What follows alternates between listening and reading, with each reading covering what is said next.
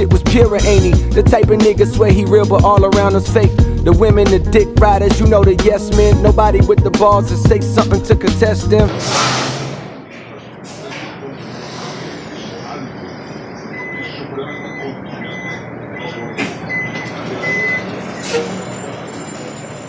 And you know your nigga had to hold you up and there's a big booty chick dancing on you. You don't know about, you ain't never had that experience.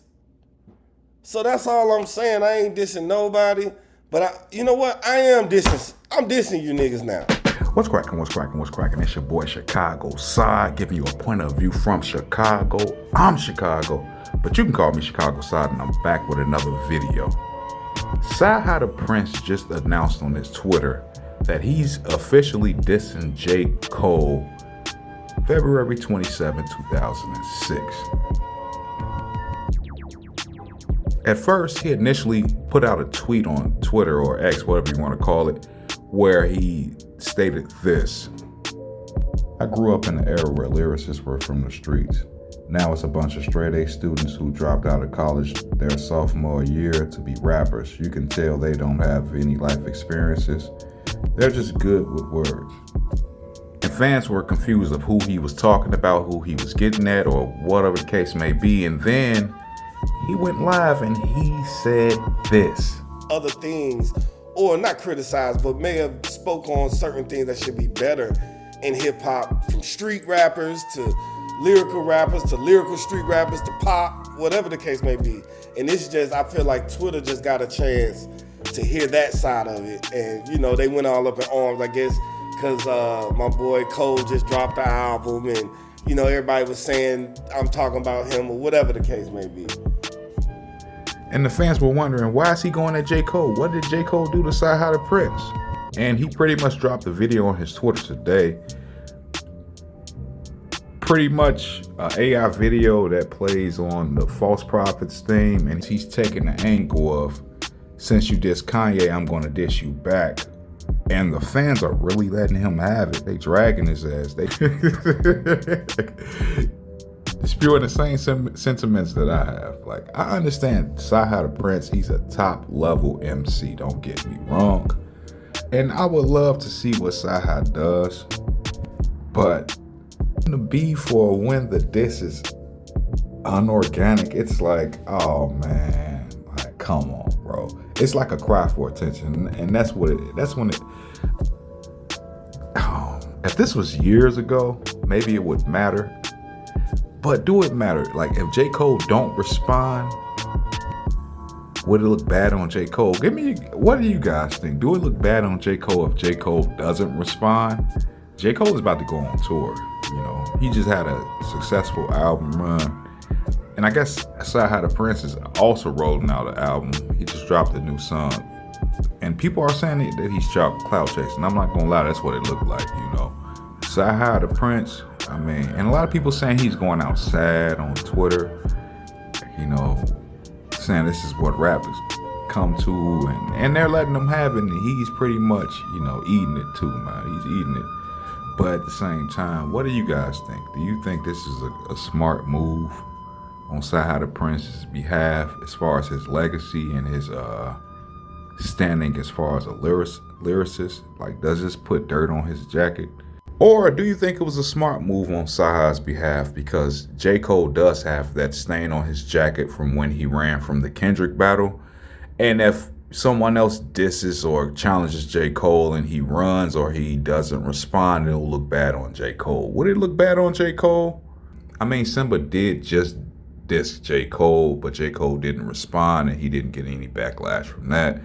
And Simba had a somewhat righteous leeway into dissing him because he said something, j.cole said something about Simba on a record or wherever the case may be, but that didn't catch any fire. What do you guys think? Drop it in the comments. Make sure you like, make sure you subscribe, help this small channel out. Everything helps. Comment, I'll talk back. Peace.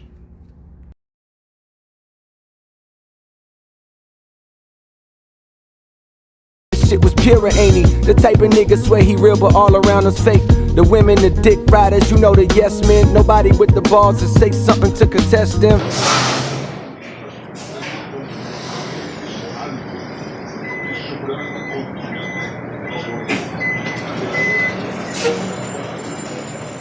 And you know your nigga had to hold you up, and there's a big booty chick dancing on you. You don't know about.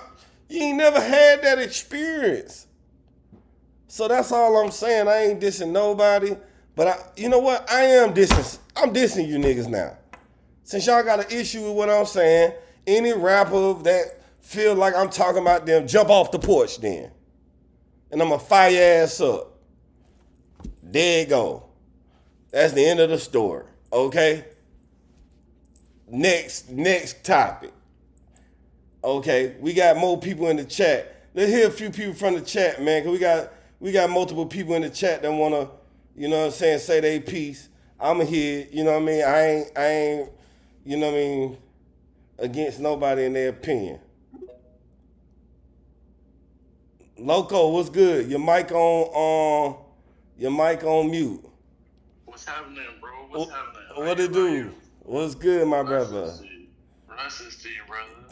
Thank you, man. I appreciate that, Listening man. to you since sideways, bro. You been nice.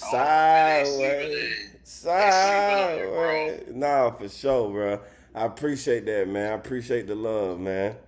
Where you from, bro? I'm from Brooklyn, but I live in Oregon now. Brooklyn. Oregon by the way of Brooklyn, you know what I'm saying? All my Oregon fans, man, I appreciate y'all. I did one of my best shows was in Oregon too, like back when I was early on in my mixtape days. I can't wait to get back to Oregon. So yeah, bro, all man, that. Never stop believing in you, bro. You been nice. I don't know where all this like CyHi ain't nice. Nah, bro, been lyrical. Y'all heard Soul Paul. Y'all heard Soul Paul, and a lot of people don't know, bro. I freestyle Soul Paul. I said, imagine if I would have got my pen and pad out and really did my due diligence. Them folk would have left me off the song. Nah, you would have went crazy. You would have not been left off, bro. You would have went crazy on that. Like, nah, for sure. Twitch, y'all hear my boy, man? My boy said I've been one of the best, man. These folk be sleeping on me, Twitch. You gotta be in the top 5 category when we talk about lyricism. Like, nah, you don't get enough credit, bro. Like, they don't understand you. You ghost right, but like, you know what I mean? Like, right. That shit they kind of beat me with that because that's politics. But I feel you on that. You know what I'm saying? All that's politics. You know what I mean? But I appreciate you, bro, for chiming in, man. Much love, bro. You Oregon, once again, by the way of Brooklyn. You know what I'm saying? Go if y'all in the Twitter chat, y'all go follow my boy Loco, man. Appreciate that, bro. Already. All right, love. All right, I'm gonna do a couple more. Then we're gonna go back to Twitch. Twitch, what's good? Y'all still with me? That what I'm saying. Glean me up. Miss Stash, man, appreciate that. Metal Gear Mister, appreciate that. Quentin Plays, appreciate it. Yes, sir. All right, let me see what else we got on here. See who else we got on here. All right, I'm requesting.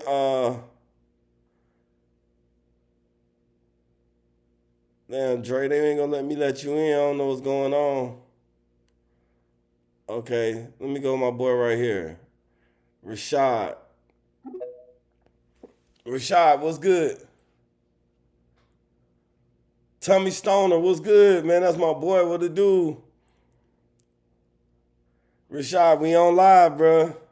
CyHi, what's the word? How you feeling? What's good, my guy? Another day, man. I ain't gonna lie, man. Much respect to you as an artist. I ain't gonna lie, that post though, I'm blowed. I ain't hear the beginning of the space. I was critical of that post, man. I ain't know what you was talking about, man. Nah. I felt like you was kind of defining the streets with criminality. That's where my mind went. So, you know what I mean? If you can just say it, if you said it already, my bad, but I ain't hear it. You know what I mean? No. But that's where I went to.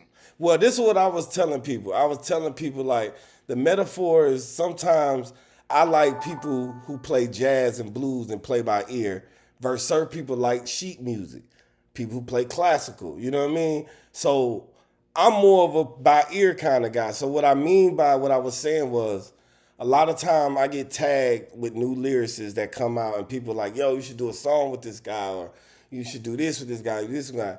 And I like some of them, but some of them ain't good. But they feel like because they saying a bunch of words that they good. And I'm like, nah, man, I like to hear the life experiences. I like, what did you learn firsthand? Not something you read in the book or something you was taught in school. Now you want to be taught to how to, make sure what you saying is correct. But what's your life about? What's your life stories? And not just, because I'm just, good with words, I feel like I can go in this field. Because a lot of times it's about hip hop come from the streets, regardless of what. It come from the concrete. Break dancing come from the concrete. DJing come from the concrete. It didn't start in a frat house. You get what I'm saying? It started in a park with some dudes drinking liquor, smoking weed, and was loving music and wanted to get on the mic and kind of freestyle and it developed from there. So the same way, I just want the people that are doing hip hop is to respect that element of it as well. And I think not only the fans, but a lot of record labels don't sign our street artists who can articulate themselves. They rather sign a nigga who got the most bodies. They want to sign a nigga who sold all the dope because Jeezy popped like that. But before Jeezy popped, T.I. had to know how to articulate himself to get a record deal. Yeah. Outkast had to know how to articulate themselves. Goody Mob. It's a plethora. Killer Mike. You had Trick Daddy. You had a lot of South artists that had to actually be able to articulate themselves to be able to be on that mic. But we also had to go through that struggle. So you think like the new artist is kind of like trying to check the boxes of what people want to hear as opposed to giving your life, giving substance about what you really went through. You know what I mean? Giving that extra like feel and emotion and, real life shit as opposed to, they got this going on. Let me go in this lane and give you a whole bunch of words. And then when this is hot, let me do that. So I get that. I kind of just didn't. When you said the college dropout sophomore, it was more to me. I was straight like, A's. Don't forget I said straight A's. Yeah. But I was like that nigga might have came from the street too though. So it's like, is he saying that street niggas can't go to college? No, that ain't what I'm saying. I said I miss hearing the dude who developed his rapport and his vernacular and his storyline from the street and be able to articulate it. I am black. Appreciate that. I want him to be able to articulate. We don't get those stories no more. A lot of those stories are underground. Our biggest, let's say, street lyricists might be Benny the Butcher, might be a Bodie James, a Conway, but they're considered not just underground. They like underground. You get what I'm saying? It's like you got to go find Rocky Marciano. You got to go find, certain artists that I feel like deserves more shine because the success of Kanye West. Now every label like, okay, we want him to be a college kid, and try to follow that formula. Now we have a bunch of college kids like that want to rap, but we missing the soul now. We missing the struggle. And it's almost like I like mafia movies. I like action movies. I like military movies. I'm not saying that any other movie genre is bad. I just miss that a lot of my favorite movies ain't on Netflix no more.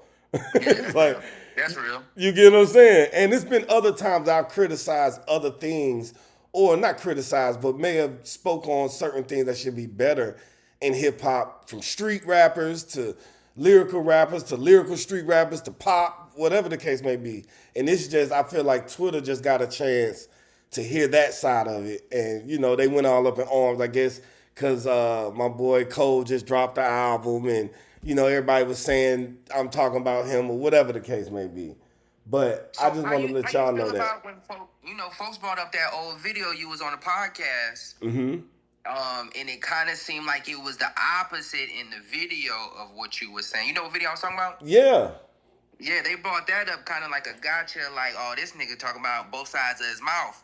How you felt about that when you seen that? Nah, but I mean, it's multiple genres, not multiple genres, but it is kind of multiple genres in rap, and that's another thing. When you hear rock and roll, right?